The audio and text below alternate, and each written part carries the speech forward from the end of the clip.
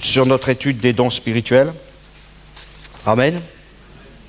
Vous n'avez pas l'air d'être emballé, j'espère. Hein? Voilà. C'est très important, les dons de Dieu.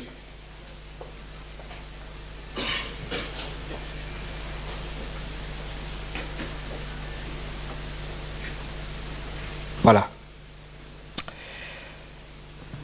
Je vais rappeler ce que j'ai dit la dernière fois pour peut-être ceux qui n'étaient pas là et puis aussi pour faire un résumé, pour se remettre dans l'état d'esprit de ce que l'apôtre Paul dit.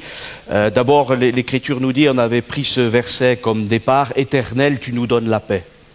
Amen. Première des choses que Dieu veut nous accorder, c'est la paix en Jésus-Christ par le sang de Jésus. Amen. Et tout ce que nous faisons, amen. Et ne l'oublions jamais, ça. C'est très important. Vous savez, l'exercice des dons spirituels, tout service dans l'Église, un ministère, quand Dieu se sert de nous, en fait, c'est Dieu qui opère les choses en nous, par nous, c'est vrai, mais aussi pour nous, c'est-à-dire pour son Église. Amen. Et c'est pour cela qu'il y a aussi, et c'est là le grand défi pour les dons spirituels, pour tous les services, une mentalité à avoir dans le service de Dieu. Et nous passons malheureusement de ce monde qui est un monde de flatterie, qui est un monde de compromis, qui est un monde qui nous fait croire toutes sortes de choses, qui est un monde de ténèbres, au monde de la lumière et de la vérité. Et c'est vrai que vous savez, quand on projette un petit peu une lumière un peu vive et qu'on a été dans les ténèbres ou dans la pénombre, alors on est dérangé. Mais on s'aperçoit au bout d'un moment, assez rapidement, qu'il est préférable d'avoir la lumière. Et quand la parole de Dieu vient comme une lumière, éclairer certaines choses, peut-être même dans notre vie chrétienne, même pour rejeter parfois des traditions, fût-elles pentecôtistes, entre guillemets, eh bien, évidemment, ça peut-être un petit peu nous déranger, mais nous voulons que l'Écriture soit la référence de nos vies. Amen. Et je crois que je ne le dirai jamais assez, que tout prédicateur digne de ce nom doit rappeler ça. Ce n'est pas nos expériences, nos fantaisies, nos utopies, ce qui peut nous passer dans notre cœur, nos sentiments, etc., nos réflexions intellectuelles qui sont la base de notre vie chrétienne, mais c'est ce que Dieu a dit. La parole de Dieu demeure éternellement. Amen. Alors, Jésus est venu, il a fait de nous des rachetés, il a fait aussi de nous des disciples. Le sang de Jésus nous a purifiés, nous sommes devenus des disciples. Alléluia. Et c'est pour ça que j'ai dit la dernière fois que si nous voulons bien servir le Seigneur, que ce soit pour les dons spirituels, que ce soit pour autre chose, eh bien, il faut d'abord que nous nous nourrissions de la parole de Dieu. Amen. Et que nous sachions ce qu'il y a dans la parole de Dieu, non pas que dans le Nouveau Testament, ce qu'il y a dans l'Ancien comme dans le Nouveau Testament, parce qu'on ne peut pas comprendre le Nouveau Testament si on n'a pas lu le Nouveau, si on n'a pas lu l'Ancien, et de connaître les histoires, les prophéties, tout ce que Dieu a annoncé d'avance et qui s'est accompli en Christ et qui s'accomplira encore en Christ, parce que le Christ souffrant est venu, mais le Christ glorieux arrive très bientôt. Vous le saviez, hein? Voilà, je vous le rappelle, Jésus revient très bientôt. Amen. Je dis très bientôt parce qu'il y a quand même 2000 ans qui sont passés, donc on s'est quand même rapproché sérieusement du retour de Jésus. Et nous devons exercer notre service en disant, Seigneur, qu'est-ce que tu veux de moi?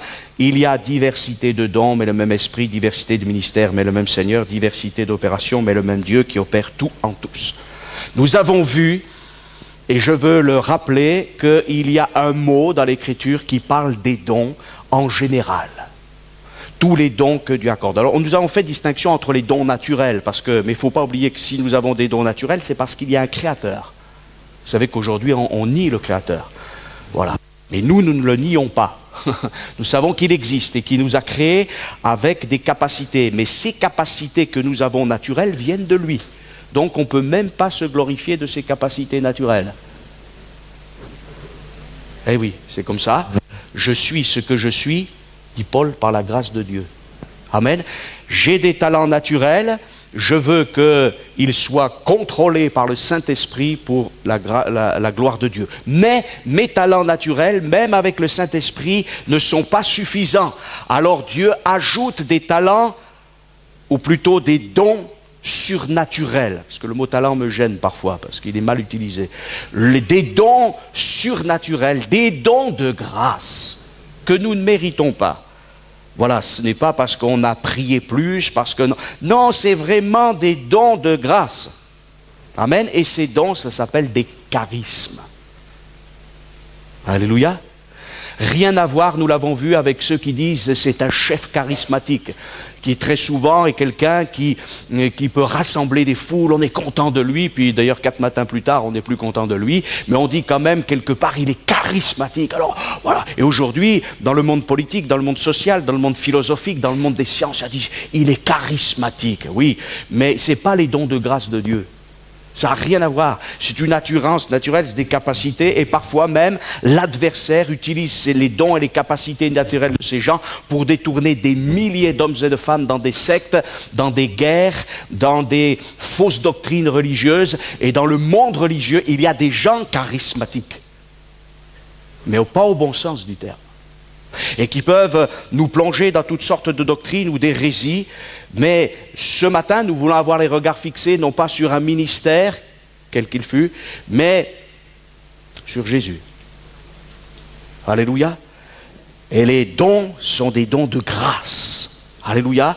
Le don, et dans les dons de grâce, il y a les dons spirituels. Et nous avons vu que le mot don n'existe pas et que littéralement c'est pneumatikos, pneumatika au pluriel, et que dans ces dons, c'est des inspirations du Saint-Esprit. Nous avons pris l'exemple, vous savez, de ces objets qui sont transportés dans des canaux pneumatiques, dans des tuyaux pneumatiques par de l'air comprimé. Eh bien, le message, c'est Dieu qui le donne. Le souffle de l'Esprit Saint, ce n'est pas nous, c'est Dieu par son Saint-Esprit.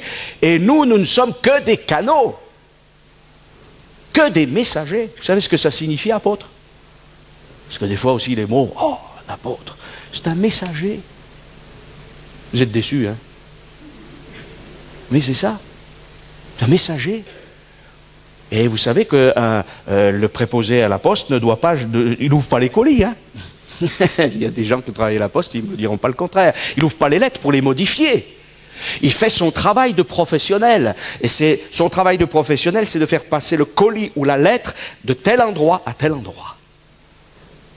Voilà. Et on lui donne toutes les capacités, tous les moyens, les véhicules, ça va du vélo jusqu'à la voiture et même l'avion, puisque...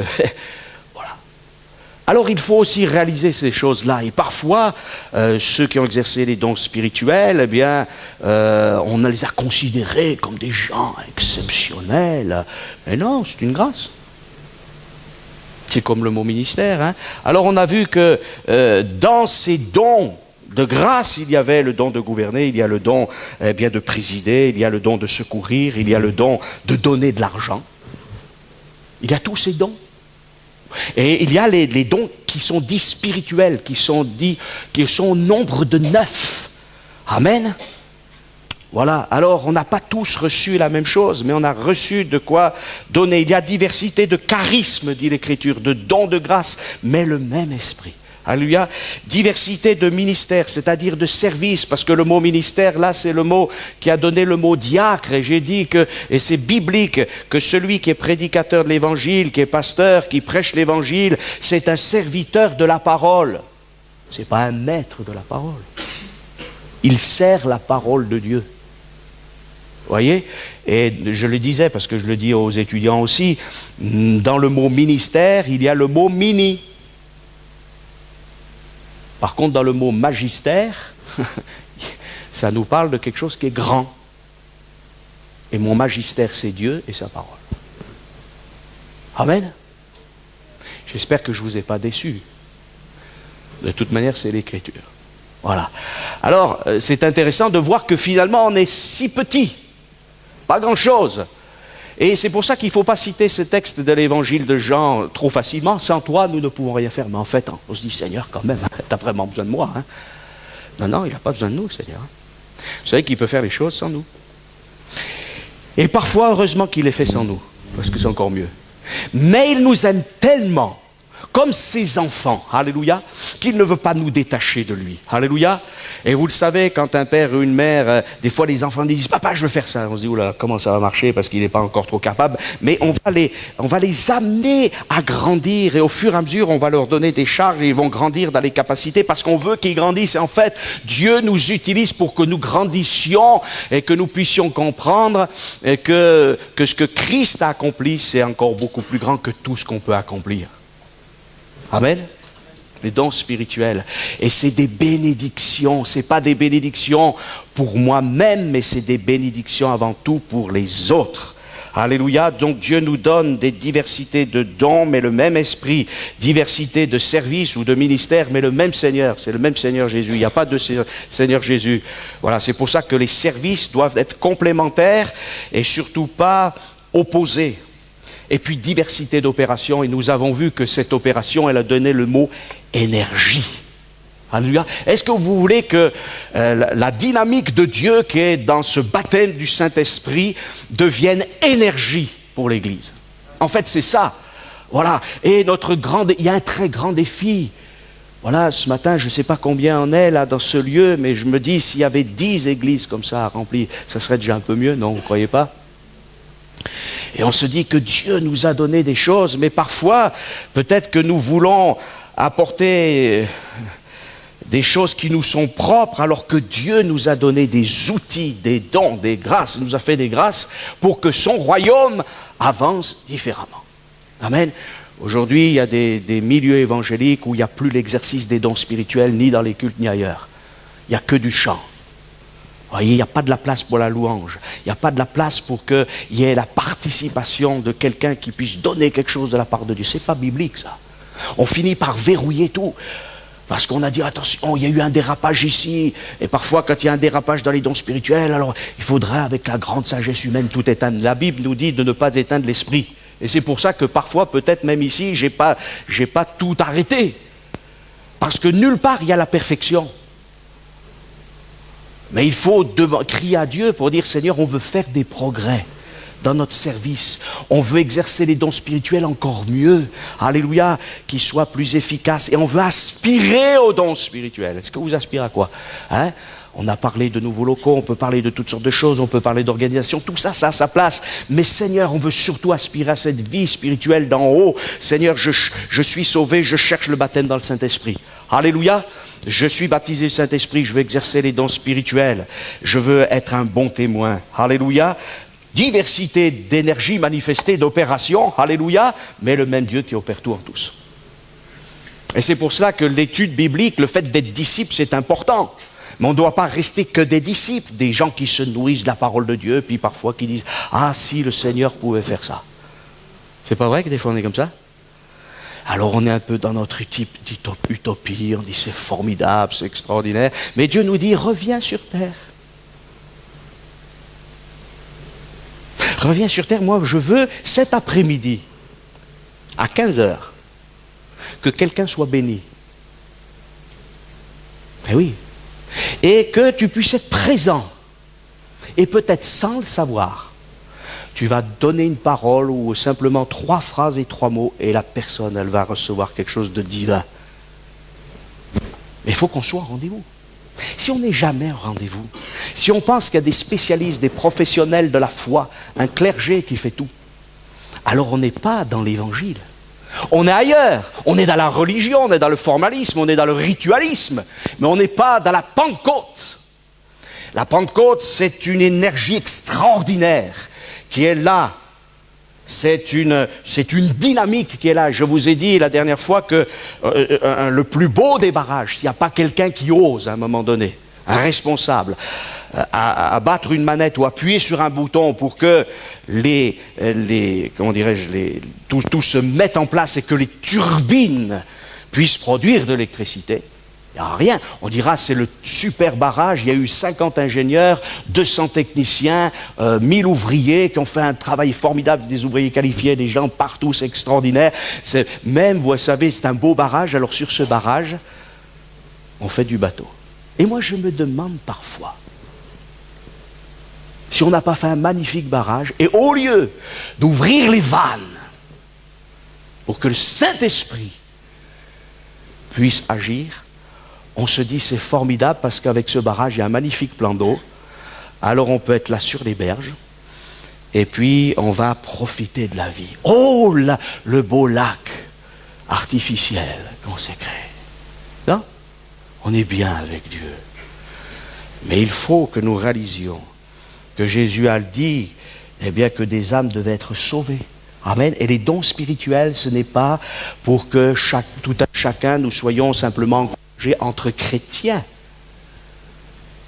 Vous voyez, il y a des gens, ils marchent à coups de dons spirituels. Seigneur, dirige ma vie, il faut que j'ai un don spirituel. Oui, c'est vrai que le Seigneur veut le faire, mais il faut aller dépasser ça. Si Dieu dirige ta vie, c'est pour que ton service devant lui soit changé. Alléluia. Si tu as besoin d'un encouragement, ce n'est pas que pour toi l'encouragement. C'est pour qu'après cet encouragement, tu puisses encourager les autres et qu'une personne dans la détresse puisse entendre le message de l'Évangile.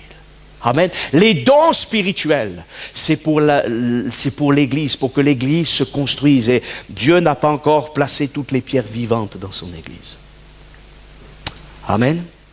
C'est magnifique de se dire qu'il y a un Dieu qui veut nous donner des choses. Amen. Vous n'avez pas remarqué en ce moment, on nous prend plutôt des choses, non? Voilà, c'est comme ça, c'est notre monde. Et on nous dit, on va vous prendre et peut-être que plus tard on vous donnera. Mais notre Dieu, lui, nous donne. Alléluia. Et il faut recevoir. Alors c'est vrai que l'Écriture nous dit que le Saint-Esprit distribue comme il veut. Ça c'est vrai. Mais il nous est dit aussi aspirer aux dons spirituels. Alléluia. Alors il y a ces bénédictions qui sont là. Et on ne veut pas s'en priver. Alléluia. Alors je vais revenir à la texte d'1 Corinthiens 12, parce que c'est vrai que je n'ai pas fait la lecture de la parole de Dieu, mais je vais la faire. Rassurez-vous.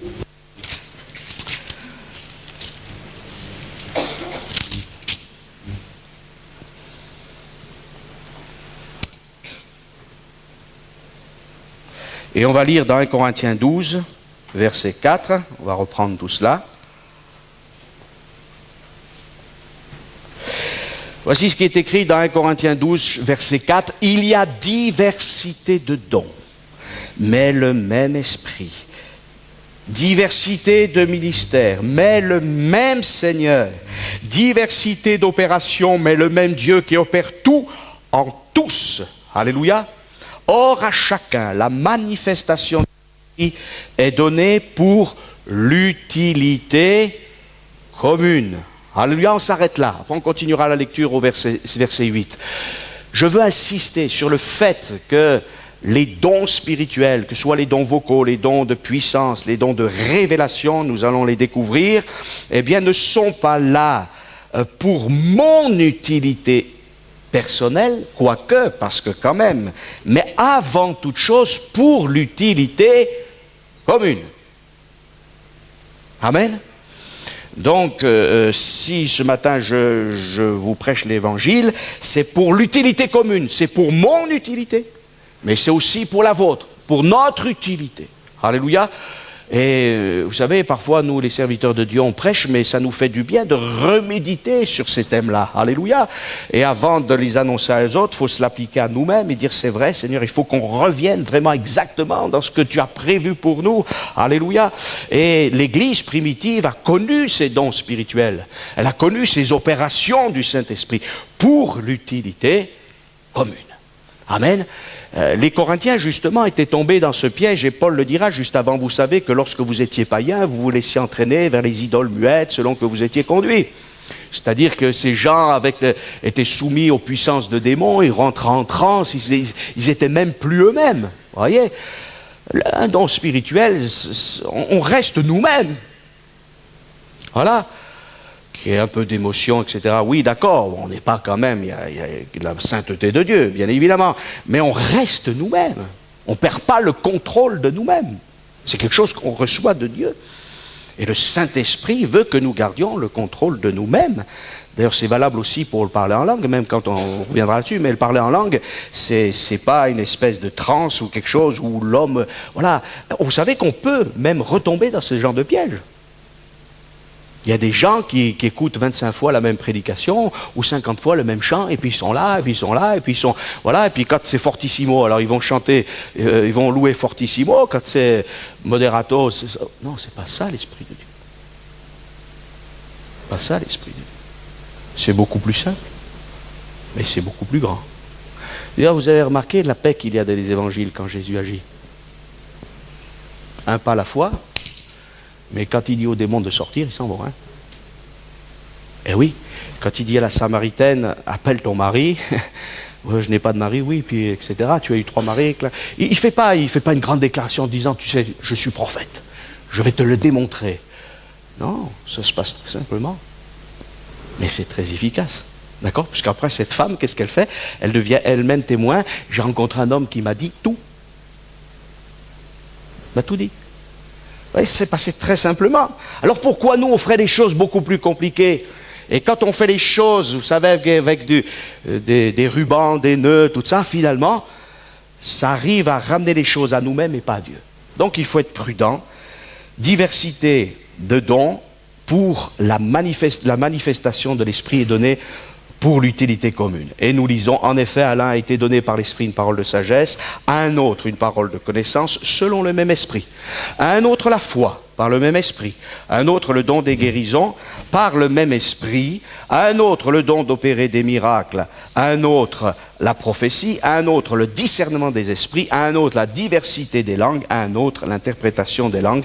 Un seul et même Esprit opère toutes ces choses, les distribuant à chacun en particulier, comme il veut. Amen. Et le texte qui suit, ensuite, les versets qui suivent, Paul va parler du corps. Vous voyez? Et le corps, eh bien, il a des membres, il a des organes, et on ne demande pas à tous les organes de faire la même chose. Vous êtes d'accord avec moi? Donc, il faut l'accepter, de se dire, je n'ai pas tout. Mais mon frère a peut-être quelque chose que je n'ai pas. Et de ne pas vouloir jouer la fonction de mon frère, son ministère, ou de vouloir absolument faire ce qu'il fait ou dire ce qu'il dit, parce que sinon il y a une sorte de mimétisme, on veut imiter l'autre, mais c'est pas ça. Dieu ne nous a pas donné sans don. Chacun a reçu quelque chose. Alors on peut prendre ce qu'il nous a donné et l'enfouir, ou on peut le prendre et l'exercer et que ça porte du fruit. Voilà. Et moi je vous encourage ce matin à vous tenir devant Dieu. Parce que comme je l'ai dit, d'abord on est sauvé, on se tient devant Dieu. Voilà. On se tient devant Dieu. Seigneur, où est-ce que j'en suis de mon service devant toi? Parce que vous voyez, on parle des dons spirituels, mais le service en général. Qu'est-ce que je fais? Qu'est-ce que je deviens? Voilà, je veux me remettre en question, non pas pour se mettre sous une condamnation, hein, vous savez, parce que l'adversaire, il peut être là aussi rapidement, mais bon, c'est bien peut-être ce que j'ai fait ici, jusqu'ici, mais si je pouvais surtout faire mieux, et peut-être plus, je ne sais pas. C'est Dieu qui... Mais il faut accepter de se placer devant Dieu, dire, voilà, j'ai fait ça jusqu'à ce jour, mais Seigneur, comment est-ce que je l'ai fait? Je veux encore mieux. Amen. Quelqu'un a dit le mieux est l'ennemi du bien, j'en suis pas sûr, moi. Ça, c'est aussi un peu vous savez, des proverbes qui parfois nous mènent un petit peu loin. Alors, les dons spirituels, il nous est dit à un autre, à un autre, à un autre, à un autre. Amen. Vous savez, vous ne pouvez pas greffer un foie à la place de l'estomac. Hein. C'est pas possible. Hein. Et puis même, il y a des organes qui jouent plusieurs rôles dans le corps. Vous avez remarqué, hein? Avec la langue, on peut, comment dirais-je, on peut parler, mais la langue, on en a besoin aussi pour manger, etc., etc. Hein? Mais il y a des moments où on veut faire des choses qui ne correspondent pas à la fonction. Voilà. On peut boire par le nez. C'est pas impossible, hein? Enfin, je pense que... Voilà. On a tous peut-être expérimenté ça un jour à la piscine, hein? Enfin, bon, c'était pas extraordinaire. Voilà, hein?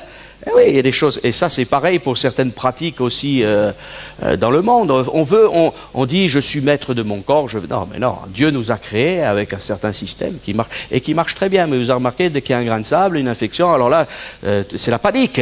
Et finalement, dans l'église, c'est pareil. Quand on veut prendre un concept et l'introduire dans l'église, il y a des choses qui ne passent pas des fois. Notre concept, il est dans les Écritures. Alors à un autre, si je suis un estomac, je suis un estomac, si je suis des yeux, je suis des yeux. Et ce qui est important, c'est de ne pas être jaloux du service de mon frère.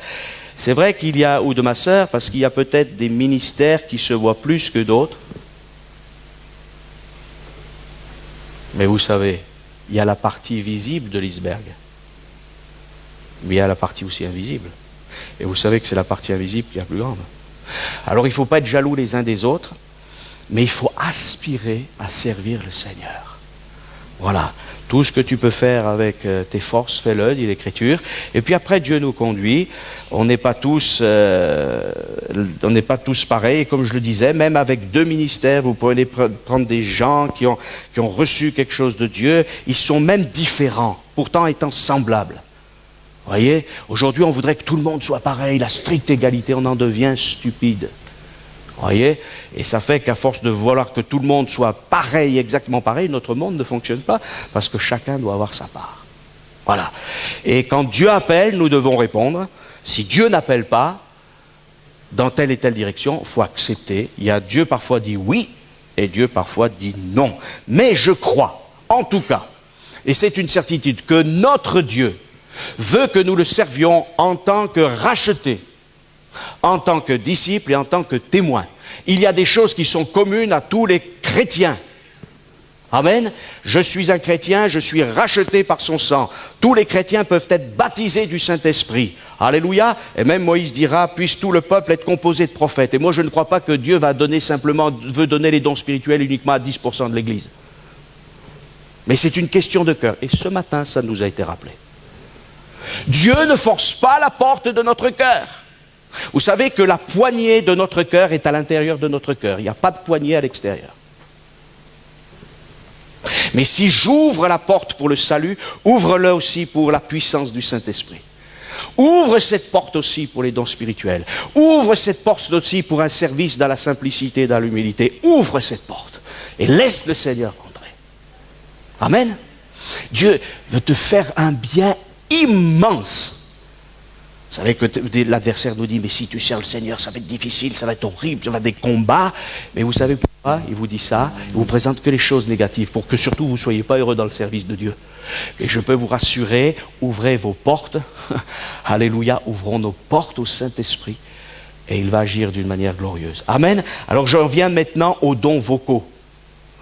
C'est-à-dire le message en langue, l'interprétation et la prophétie. Amen. Il y a 9 dons spirituels. Et on les a classés pour la compréhension et pour l'étude avec les dons vocaux, les dons de révélation et les dons de puissance. Et nous allons commencer par ces dons vocaux parce que très souvent, quand on dit les dons spirituels, les gens ne pensent qu'à ces dons vocaux. Mais bien sûr, il y a aussi les autres et nous les découvrirons dans les dimanches qui suivent. On ne peut pas tout traiter en une seule fois. Et bien évidemment, parfois, ce qui se passe, c'est qu'on confond un message en langue avec le signe et la preuve que nous sommes bien baptisés du Saint-Esprit lorsque nous avons parlé en langue. Alors j'aimerais faire la distinction. Lorsque nous sommes baptisés dans le Saint-Esprit, alléluia, nous avons une preuve. Amen. Et comme disait un pionnier de la Pentecôte, je sais que je suis baptisé du Saint-Esprit parce que lorsque j'ai été baptisé du Saint-Esprit, je l'ai été comme les premiers apôtres et les 120 dans la chambre haute. Je me suis mis à parler en langue. Et tout au cours des siècles, je ne vais pas vous faire une étude sur le baptême du Saint-Esprit, mais des hommes de Dieu, des femmes de Dieu ont été baptisés du Saint-Esprit. Jusqu'au 3e, 4e siècle, c'était courant que dans les églises, il y a encore le parler en langue et même l'exercice des dons spirituels. Mais la tradition, le poids du clergé, le fait de mettre la Bible de côté a fait que ces vrais chrétiens ont même été traités d'hérétiques. Mais heureusement, la flamme de l'Évangile a continué au travers des siècles. Alléluia. Et nous croyons que le Seigneur veut que nous puissions vivre ce qu'ont vécu les premiers chrétiens. Amen. Notre modèle, c'est le livre des Actes. Ce n'est pas ce qu'a décrété telle ou telle église, c'est le livre des Actes. Moïse avait un modèle sur la montagne pour le tabernacle, nous avons un modèle pour l'église, c'est le livre des Actes. Amen. Alors quand je suis baptisé du Saint-Esprit, je me mets à parler en langue. Alléluia. Et la Bible nous dit que lorsqu'ils se sont mis à parler en langue, les 120, ils ont dit quoi? Des merveilles de Dieu. Alors dans toutes les langues possibles, imaginables, hébreu, araméen, voilà, mais en arabe, et toi, et ça, voilà. Toutes les langues. Au point que ces Juifs qui venaient de la diaspora, qui ne parlaient pas tous hébreu ou araméen, eh bien, les ont entendus dans leur langue maternelle, en grec, voilà, et ils ont été étonnés. Mais ces gens qui sont des Galiléens, ils ne sont pas polyglottes, qu'est-ce qu'ils disent? Ils disent des merveilles de Dieu. Ça vaut le coup, non, quand même, non, d'être baptisé du Saint-Esprit? Non? Pour dire des merveilles de Dieu. Parce qu'il y a les gens, ils sont dans les stades, ils disent les merveilles de ceux qui vont prendre, qui vont avoir une défaite. Mais nous, on est avec le vainqueur, non? Parler en langue. Le parler en langue, c'est l'anti-Babel. Babylone, c'est la confusion. Dieu a permis les langues pour que les hommes ne construisent pas, eh bien, un État contre son État. D'accord? Mais dans sa grâce, il rassemble les hommes de toutes langues pour l'Église. Ce sont précieux sang. Alléluia, formidable. Mais je vous dis aussi que cette Babel est en train de se construire aussi. Il y a une Babel qui est déjà en train de se reconstruire. Hein. Elle est là, avec notamment l'Europe, avec la pensée du gouvernement mondial, et surtout pas de Dieu, surtout pas de racines chrétiennes, encore moins juives. On ne veut pas surtout, ah non, on ne veut rien. L'homme se construit tout seul. Mais nous sommes avec la réalité de Dieu qui nous aime et qui rassemble des hommes de toute langue, de toute tribu, de toute race, alléluia, et qui en a fait ses enfants, ses disciples, ses serviteurs et ses témoins. Amen. Alors, baptisé du Saint-Esprit, et là, quand je n'arrive plus à prier avec mon intelligence, je ne sais même plus ce qu'il faut demander dans mes prières, je peux prier en langue. Alléluia. On raconte l'histoire du frère Scott, allez, je vais en parler. Il commençait à prier, il parlait en français, mais comme il ne parlait pas tellement bien le français, après il continuait en anglais, ça allait mieux. Voilà. Puis après, ça n'allait pas en anglais, pourtant c'était sa langue maternelle, vous voyez? Alors il parlait en langue. Eh oui. Et combien de fois on a dit, Seigneur, j'aimerais te dire des merveilles, mais les mots me manquent. Alors Dieu nous baptise dans le Saint-Esprit. Et puis ce baptême du Saint-Esprit, c'est pas que le parler en langue. C'est une puissance qui vient sur nous, c'est un réservoir de bénédiction. Maintenant, il faut ouvrir les vannes. Amen. Parce que entre le signe du baptême du Saint-Esprit et toute la puissance qui en découle, eh bien, il faut bien noter tout ça. Amen. Alors après, et c'est pour ça que le message en langue, c'est le plus petit des dons. Mais vous savez, même le plus petit des dons, c'est quand même un grand don. Ah oui, parce que c'est un don de Dieu. Alors, Dieu permet aussi que nous puissions aller, au fur et à mesure, on est à l'école de Dieu. Donc, eh bien, on peut avoir un message en langue. C'est-à-dire quelque chose qui est peut-être dit à Dieu, mais qui, interprété, va faire du bien à l'Église, ou va être un message pour quelqu'un. Alléluia. Alors, c'est pour ça qu'il y a, je peux parler en langue, mais ce n'est pas forcément un message en langue, un don de langue. Vous voyez, il faut le distinguer. Mais à certains moments, l'Esprit de Dieu peut nous saisir et voilà, il y a quelque chose et on parle en langue. On sent c'est Dieu qui veut parler dans son Église. En ce qui concerne les dons vocaux, ils doivent s'exercer dans l'Église.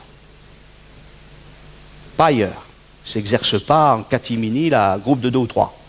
Ils s'exercent dans l'Église. Et pourquoi? Parce qu'ils doivent être contrôlés et jugés. Voilà. Alors le parler en langue, c'est formidable. Mais bien sûr, Paul dira un message en langue. Alors, il peut y avoir une personne qui comprend cette langue.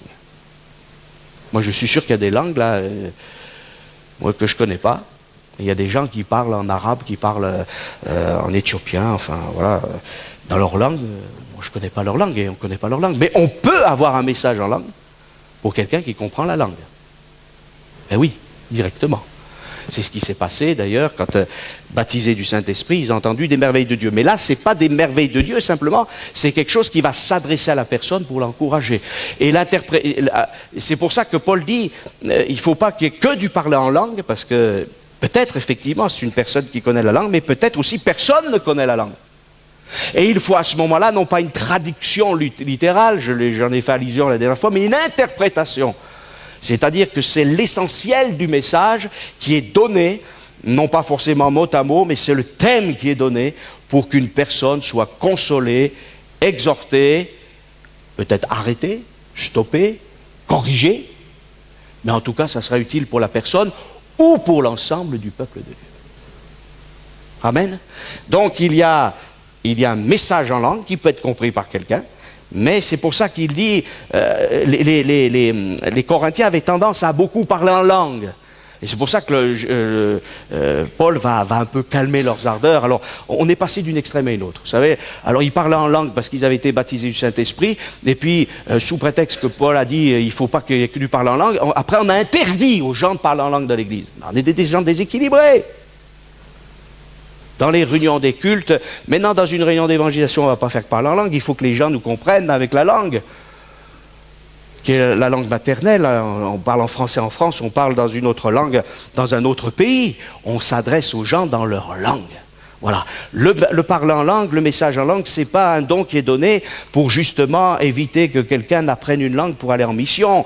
Ce n'est pas toutes ces choses-là, c'est quelque chose de surnaturel et d'instantané. Quand je dis instantané, ça peut être gardé quand même quelques minutes. Hein. Vous savez, il y a des gens qui disent « l'Esprit de Dieu m'a saisi, j'ai coupé la louange », tout ça. Ne coupe pas la louange. S'il y a une belle louange, ne la coupe pas, attends 1 minute. Voyez, c'est tellement... Après, ça fait tellement inspiré, oui, mais ça fait... L'esprit des prophètes est soumis aux prophètes. Et moi, je me rappelais, des fois, on a fait des expériences, une personne qui priait pour la première fois, qui louait pour la première fois. Alors, dans mon cœur de pasteur, je disais « Alléluia, gloire à Dieu ». Et un don spirituel qui coupe tout. C'est un manque de sagesse. Respectons-nous les uns les autres. On n'est pas là à faire notre culte. J'ai eu mon culte, non. Un culte ensemble pour notre Dieu. Et il faut savoir s'écouter les uns les autres, qu'il y a de la louange et de la prière individuelle. Et puis quand on peut tous le faire collectivement, eh bien on le fait collectivement. Amen. Donc, les dons spirituels, voilà. Et c'est pour ça qu'on a besoin, j'allais dire, d'une interprétation, que ce qu'on ne comprend pas soit interprété, que ce soit édifiant pour toute l'Église. Et c'est pour ça qu'il y a des gens qui disent, moi j'exerce les dons spirituels, mais vous savez, que le parler en langue, hein. Mais il faut prendre nos responsabilités. C'est pour ça que Paul dit que celui qui parle en langue prie lui-même pour interpréter. Et d'ailleurs qu'il n'attende pas toujours les autres. On peut comprendre si c'est la première fois qu'il exerce un don spirituel. Mais après, donner que des paroles en langue, ça c'est être des enfants. Et aussi, ne pas prendre de responsabilité. Il faut prendre nos responsabilités de témoins. Peut-être parce qu'on se dit, je donne mon parler en langue, comme ça, à la tournure, je ne pourrais pas te juger. Hein, j'ai donné un parler en langue. Ce mot juger nous gêne peut-être, mais ce n'est pas un tribunal, on ne fait pas passer les gens au tribunal. Si on se trompe dans un don spirituel, je ne sais pas si je l'ai cité la dernière fois, mais il y a une femme un jour, une sœur, elle a donné un don spirituel, elle parlait du retour du Seigneur, c'était excellent, vraiment quelque chose de très très bon. Et puis à la fin, elle s'est trompée. Elle a dit, prépare-toi peuple du Seigneur, parce que ton Sauveur va venir sur la terre chercher ses élus. Et elle a confondu le retour de Jésus pour Israël avec le retour de Jésus pour l'Église. Parce que Jésus viendra pour son Église sur les nuées du ciel et nous, les vivants, nous le rejoindrons et les morts en Christ ressusciteront, seront transformés et ensemble nous le rejoindrons sur les airs. Elle s'est trompée. Bon. Est-ce que ça voulait dire que sa pensée était mauvaise? Non. Mais il fallait rectifier. Et le pasteur a rectifié, il est allé voir la sœur, il dit, voilà, vous êtes trompé. Il a dit, voilà, notre sœur a apporté quelque chose de très bon, mais voilà, il faut accepter. Et c'est pour ça que je dis, et j'en reviens là-dessus, que si cette brave sœur, qui était certainement très sincère et qui aimait Dieu de tout son cœur, avait lu l'Écriture, avait peut-être plus été disciple, elle aurait été meilleure témoin. Alors, je ne veux pas vous faire peur, parce que des fois, après on dit, est-ce que je vais les exercer? Non, je vous encourage à les exercer. Il n'y a pas de Sanhédrin qui va vous faire des juges en rouge là, qui vont vous condamner, pas du tout. Moi, je dis aux gens qui se trompent, vous êtes trompés, mais ça ne fait rien. Recherchez la face de Dieu, priez et soyez sensibles au Saint-Esprit et continuez. D'ailleurs, il n'y a que ceux qui ne font rien qui ne se trompent jamais. Non? Oui, c'est facile. Hein? En fait, ils se trompent gravement parce qu'ils ne font rien. Et c'est pour ça, il faut accepter d'être je suis un disciple, je ne suis pas encore un maître. Et ça ne fait rien. Qui est parfait dans la prédication, dans l'expression, dans la compréhension, qui est parfait dans... Mais qui est parfait? Personne. Mais avec des choses et des gens imparfaits, Dieu va faire des choses parfaites. Alors il faut prier pour interpréter. Alléluia. Ah Seigneur, je ne veux pas simplement donner un message en langue. Mais non, peut-être que des fois on a un message en langue et il y a aussi un interprète dans l'église. Il ne faut pas vouloir systématiquement interpréter. Et c'est pour ça que la Bible nous dit, s'il n'y a pas d'interprète, qu'on se taise. Si on sait qu'il n'y a pas d'interprète, que jamais personne n'a exercé les dons spirituels. Vous voyez, il faut être intelligent. Il y a une somme de bon sens. C'est pas parce que c'est les choses de l'esprit, c'est pas parce que c'est les choses du ciel, eh bien que c'est illogique. J'ai l'impression que des fois le peuple de Dieu est comme, et c'est pour ça que je reviens sur ce que dit Paul, lorsque vous étiez païen, vous vous laissiez entraîner vers les idoles muettes, un petit peu comme si, non, on reste avec notre intelligence.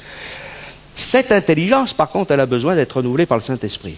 Ce ne doit pas être notre intelligence de ce monde et de la sagesse de ce monde, mais la Bible nous dit que Jésus-Christ a été fait pour nous sagesse. Et il faut aussi demander la sagesse à Dieu. Est-ce qu'on la demande? Jacques nous dit qu'il faut la demander avec foi. Voilà. Et puis il y a la prophétie.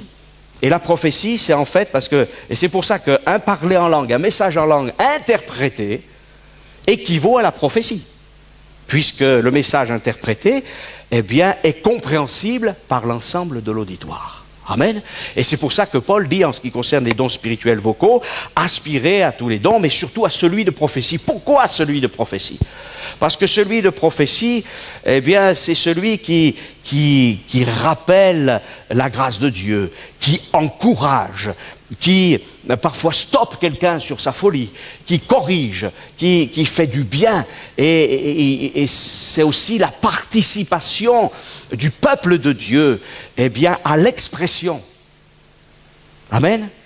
Il faut que nos églises évangéliques de Pentecôte restent des églises évangéliques de Pentecôte, à savoir qu'il n'y a pas que simplement celui qui fait chanter ou qui prêche, qui participe à la réunion. Il y a celui qui loue, il y a celui qui prie. Amen. Et on chante ensemble. Voilà, nos frères et sœurs là sont pas là pour faire du spectacle, ils sont là pour nous faire chanter, pour nous entraîner dans le chant. Amen. Et le don spirituel, c'est aussi pour nous entraîner dans la vie de Dieu. C'est aussi simple que ça. Alors je voudrais remarquer que parce qu'il faut faire attention, les gens pensent aussi que la prophétie, c'est toujours avec un don de connaissance, des choses hyper précises. Pas toujours. On le découvrira avec les dons de connaissance. Hein. Parce que parfois, il peut y avoir deux dons spirituels exercés en même temps. Une prophétie qui encourage, et puis quelque chose de précis qui concerne la vie d'un individu. C'est très bien, gloire à Dieu. Mais il faut aussi un petit peu faire attention à ça. Parce que si on l'a exercé une ou deux fois, il ne faut pas croire que ça va arriver tout le temps. Et après, des fois, on a dit des bêtises. Ah, c'est ainsi qu'on a annoncé des catastrophes qui ne sont jamais venues, même ici. Hein. On a annoncé des choses qui ne sont jamais passées. Alors vous allez me dire, mais alors frère, pourquoi vous n'êtes pas intervenu? Parce que des fois on intervient avec la personne, en particulier. Et vous savez que certaines personnes, des fois, elles sont un peu têtues aussi. Hein. Une fois, deux fois, trois fois. Hein. On est tous têtus, hein, parfois. On ne veut pas comprendre. Alors bon. Et puis il y a des moments aussi où il n'y a rien d'antidoctrinal. Alors c'est plus difficile hein, de traiter. Hein. Alors il faut patienter. Et puis la Bible nous dit aussi de retenir ce qui est bon. Amen. Et des fois on se dit, tiens, le frère, la sœur, oula, ça c'était formidable. Puis après à la fin, des fois il y a un rajout. Ouais, ben écoute, ne tiens pas compte du rajout. Hein, tiens compte de ce qui est bon. Amen. Eh oui. Et puis prie pour tes frères et sœurs qui exercent les dons spirituels. Et puis, c'est facile de juger les dons spirituels quand on ne les exerce pas. Non? Oh, celui-là, il conduit mal, hein? Oh, cette voiture, je ne sais pas, mais est-ce que tu as appris à conduire? Vous voyez, c'est facile, hein? Alors, je veux dire les deux choses, parce que c'est vrai aussi que nous avons l'Esprit de Dieu pour juger. Mais rentrons tous dans les dons spirituels. Peut-être qu'on jugera moins facilement, et puis on priera peut-être plus les uns pour les autres. Vous voyez ce que je veux dire? Alors c'est vrai que tout homme rempli de l'esprit peut juger un don spirituel. C'est vrai, avec l'écriture. Voilà. Tout prédicateur de l'évangile devrait exercer les dons vocaux. Avant, c'était une norme. Ça ne l'est plus maintenant dans nos églises. Mais avant, quand quelqu'un voulait prêcher l'évangile, que ce soit pour se destiner pour le ministère pastoral, soit même pour le ministère local, il devait exercer les dons spirituels. On a mis la barre un peu plus bas, pas toujours formidable, Moi, je sais que la première fois que je suis rentré dans le ministère, on m'a dit, est-ce que tu exerces les dons spirituels? Baptisé d'eau, baptisé du Saint-Esprit, dons spirituels. Alors, mes frères et sœurs, autrefois, on allait peut-être vers le spiritisme, on allait vers la magie, mais Dieu accorde des dons, alléluia, voilà, l'Écriture nous dit, recherchez l'amour, aspire aussi aux dons spirituels, mais surtout à celui de prophétie. En effet, celui qui parle en langue ne parle pas aux hommes, mais à Dieu, car personne ne le comprend. C'est en esprit qu'il dit des mystères. Celui qui prophétise, au contraire, parle aux hommes, les édifie, les exhorte, les console. Celui qui parle en langue s'édifie lui-même. Celui qui prophétise édifie l'Église. Amen. Alléluia. Alors voilà pour ces dons vocaux. On les reprendra peut-être un tout petit peu dimanche prochain. Voilà. Et puis que Dieu nous aide aussi à exercer tous ces dons en n'oubliant jamais que ce sont des dons de grâce, c'est une grâce, et de les exercer dans la simplicité et dans l'humilité. Alléluia, dans la simplicité de la foi, en disant, Seigneur, je ne suis que ton serviteur, ta servante, mais si par ma vie je peux faire du bien à ton peuple, eh bien qu'il en soit ainsi. Amen, on va se lever et on va célébrer encore notre Dieu. Amen, voilà, on va demander au Seigneur.